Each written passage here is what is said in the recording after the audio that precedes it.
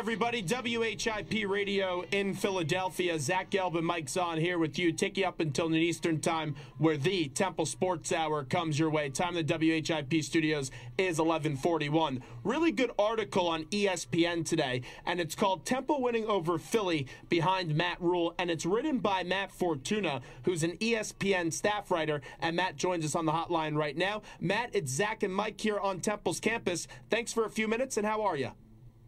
I'm doing great, guys. Thanks for having me. Well, thank you for coming on, and we appreciate you giving us a few minutes today on what is a busy week for you. You saw this Temple team play live in person. You were in the press box at Lincoln Financial Field for that October 31st game between the Owls and the Fighting Irish of Notre Dame. After that game, the Temple defense has struggled. They allowed 40 points up against SMU and got embarrassed in that second quarter up against USF. And this was a Temple team that forced 2 red zone turnovers up against the Irish. Just how surprised are you that Temple has struggled so much defensively following their performance up against Notre Dame? I'm not too surprised about the SMU game. That's just one of those offenses under Chad Morris. I think if you go back to his history at Clemson in recent years and even what he's been able to do with the Mustangs so far, I know they're not winning too many games, but they play pretty exciting, high-flying, aerial attack brand of football. So I wasn't too surprised to see SMU have that kind of offensive success. I was a little surprised to see Temple had that kind of offensive success, frankly, and put up 60 points. But to get back to last week, the loss at USF, Willie Taggart's job there has been very underrated, the job he's done. I think in season they've improved probably as much as anyone in the country. This is a guy who probably a month or two ago was probably coaching for his job and has really turned that program around and has them in position to possibly even win that division if things break right for USF down the stretch here. But that being said, I was surprised at how thoroughly the Bulls outclassed the Owls last week. I would not expect them to win that game by 21 points. I thought it would be a closer game.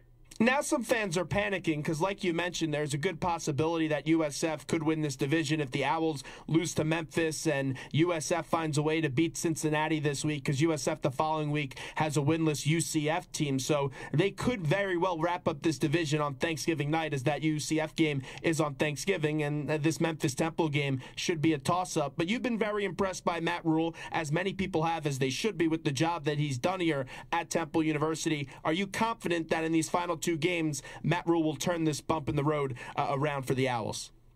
Yeah, I think if they were to lose this week, it'd be because, Memphis might be a better team, which is a very likely possibility. I wouldn't look at it as some kind of grand letdown by the Owls. Memphis themselves are coming off back-to-back losses after being looked at as maybe even a potential dark horse to crash a playoff party just a couple weeks ago. So I wouldn't say they're really yet. I mean, they lost to Navy and Houston, 2 very good teams, and they lost to Houston on what was a pretty remarkable comeback by the Cougars in the fourth quarter last week. But this will be a good litmus test for both teams coming off a loss. I don't think either thought they would enter this game a couple weeks ago with the kind of record they have right now. Not that there's anything wrong with having 2 losses apiece if you're Temple or Memphis, but it should still be a pretty interesting game, and will be a great bounce-back win for whoever does come out on top this Saturday. Let's get to your article, and I really loved it. I thought it was a really well-written piece, and one of my favorite stories is always one that I like hearing Coach Rhule tell. About a decade ago when he took a Christmas road trip, and there was a bit of a detour on that road trip. Tell our audience about that.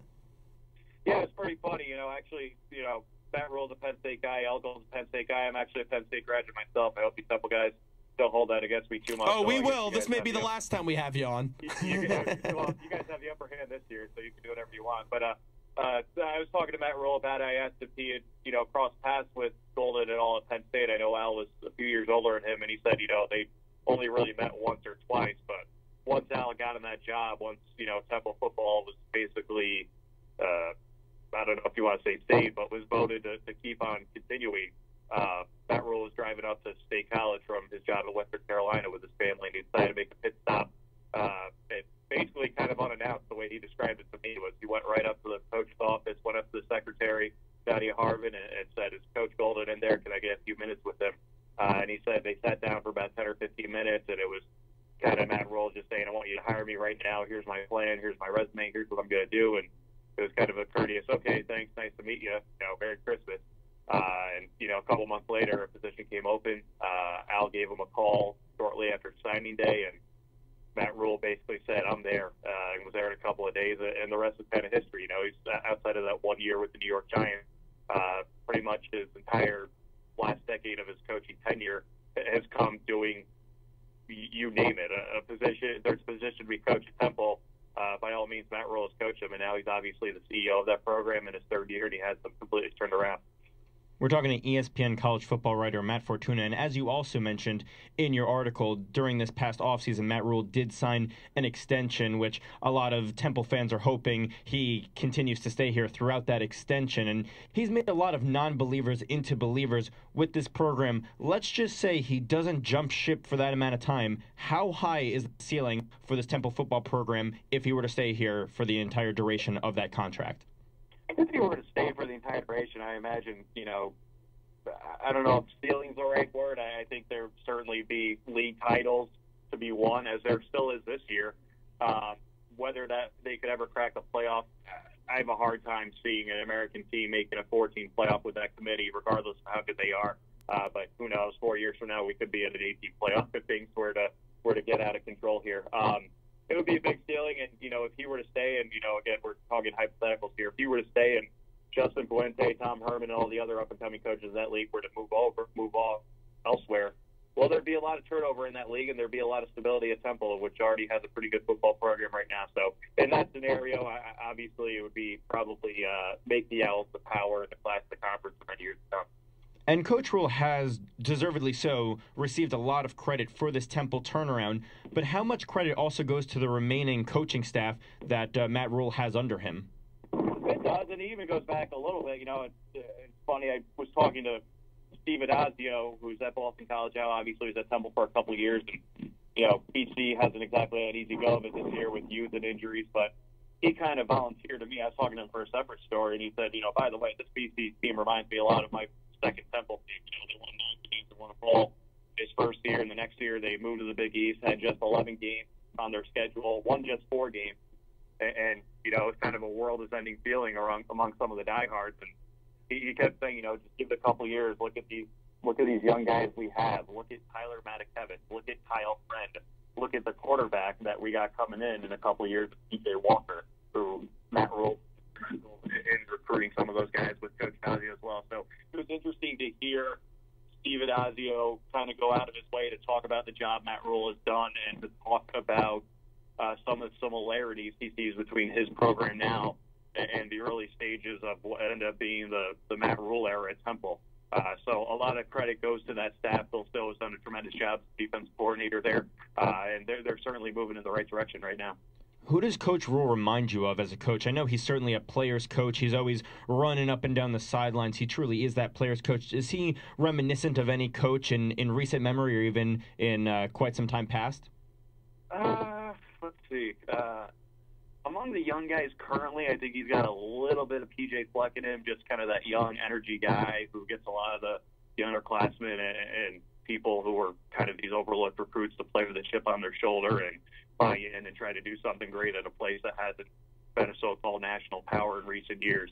I can't really think of anyone off the top of my head. I mean, he seems to be cut from a different cloth than Al Golden, despite the similarities in their backgrounds and upbringings. That, you know, even I can't even imagine Al Golden, you know, having a beard on the sideline, given his suit and tie approach to most things, the way Joe Paterno's was back when he was coaching Penn State. Even Matt Rhule was joking about the grief the family gets him for not shaving. But hey, they're winning, so if it's working, why not keep going? I'm trying to think of people off the top of my head who he does remind me of, but you know, I think that whole circle right now between him, Herman, Fuente, and probably some of the upper tier MAC coaches, some of those, you know, 39 to 40-year-old guys who are in line for the next big job, are all kind of amongst that same wave of new wave coaches, if you will, who will probably be moving up in no shortage of time.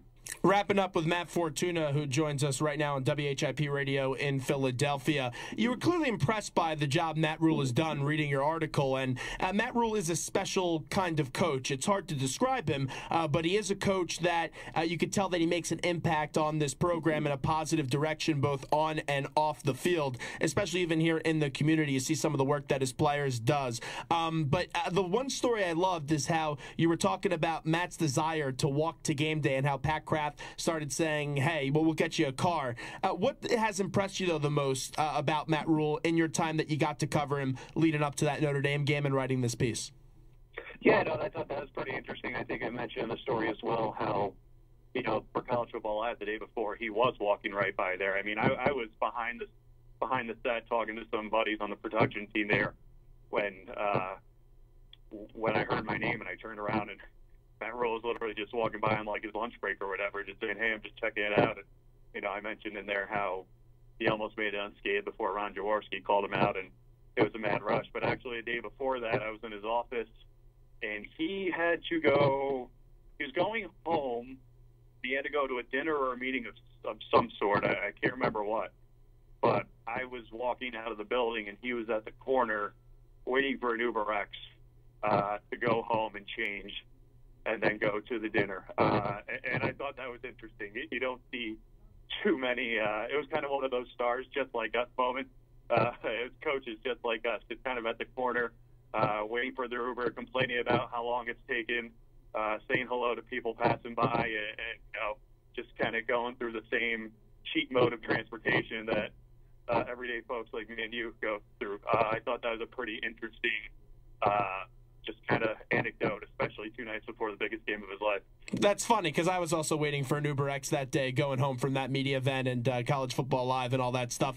Real quickly before we let you run, though, we've obviously talked about this in the interview, how Matt's going to be highly coveted at the end of the year, and if he doesn't leave this year, maybe he does the year after that, or maybe he shocks a lot of people and has a Shaka Smart kind of run and stay here with Temple before taking that big job. Is there a job that you think's going to be open or already is open that fits Matt Rhule perfectly? Because the reason I asked that is he saw Al Golden leave, and Golden didn't have the most success at Miami, which was a really tough job for him.